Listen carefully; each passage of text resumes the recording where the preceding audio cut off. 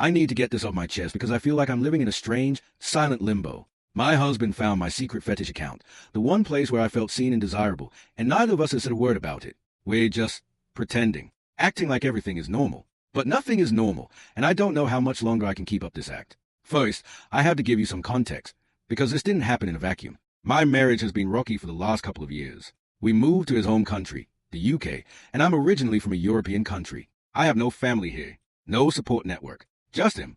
I feel isolated in a way I never imagined possible. He's been struggling with work, and I've been struggling with work plus managing the entire household and, honestly, managing his mental health. He often tells me that his work productivity depends entirely on how I manage myself. So if I'm sick, if I'm tired, if I'm on my period, he gets upset because he claims I affect him too much. It's exhausting to carry that responsibility for someone else's emotional state. But things really took a dark turn in 2024. I suffered a miscarriage, and it absolutely shattered me. I was a wreck. I couldn't look at a baby or a toddler without wanting to break down crying. I couldn't even hold my in-law's child without tears welling up in my eyes. Some nights, I would curl up alone on our bed with a little line containing our baby's remains and just sob until I fell asleep. I was drowning in grief, and I didn't know how to surface. At first, my husband was incredibly supportive. He stayed with me at the hospital, assisted me every step of the way, and let me take 2 weeks off work. During that time, I was still doing all the house chores and cooking.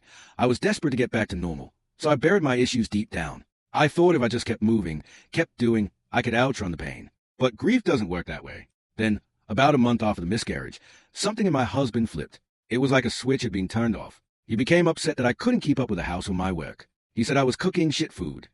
He was mad that I wasn't losing weight. In fact, I was gaining more. And when he got angry enough, he started hitting me. Not punching, but slapping, pinching, leaving bruises on my arms and stomach. The worst part, the part that still haunts me, was when he looked at me and said, "I'm glad you miscarried because you would have been a shit mother."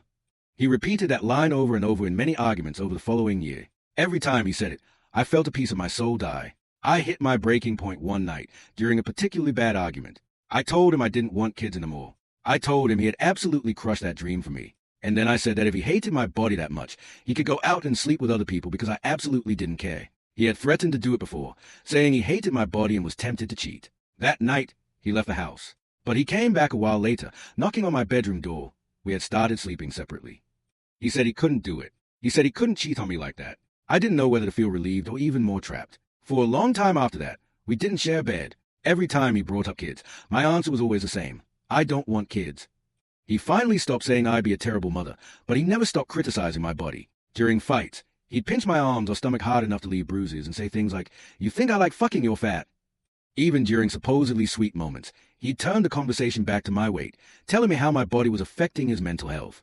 Eventually, my self-esteem hit rock bottom. I couldn't look at myself in the mirror. My clothes never fit right. I hated going out, so I tried to stay home as much as possible. I was working out at the gym, eating healthier, but the weight just wouldn't come off. I felt like my body was betraying me, and I hated myself for it. Then, after a particularly bad fight around New Year's, where he slapped my face and screamed about how disgusted my body was and how I was lucky he wouldn't cheat on me despite how desirable other women found him, I saw a post on Facebook about a fetish site. I've always had an interest in that world, but my husband always refused to do anything more than missionary due to my size. He made me feel like my body was something to be tolerated, not desired. So I joined the site. At first, I just poked around. But then I saw other women with my body type posting photos and receiving floods of compliments. For the first time in years, I felt a flicker of something I had forgotten. Desire. The desire to be wanted, to be seen. So I gave in. I posted a few photos, always clothed, always anonymous. I never chatted with anyone. It was just nice. It was nice to see comments that made me feel beautiful, even if it was just pixels on a screen. I also wrote about my feelings on the site. I vented about my marriage, about how I couldn't talk to my husband, about the deeper thoughts I couldn't say out loud. It was cathartic. I didn't think he would ever find it. But the other night, he borrowed my phone, and I know he saw everything. All my apps were out of order, and I checked the usage times. He read my entire account, and now he's been acting sweet. Cuddly, he mentioned this morning. Don't watch anything dirty since your phone has been telling me you've been. He's testing me. Neither of us has directly addressed it. I feel like I'm waiting for the other shoe to drop. But part of me is hopeful that maybe, just maybe, reading my words made him see things from my perspective. How do I navigate the silence? Do I bring it up, or wait for him to? What do I even say?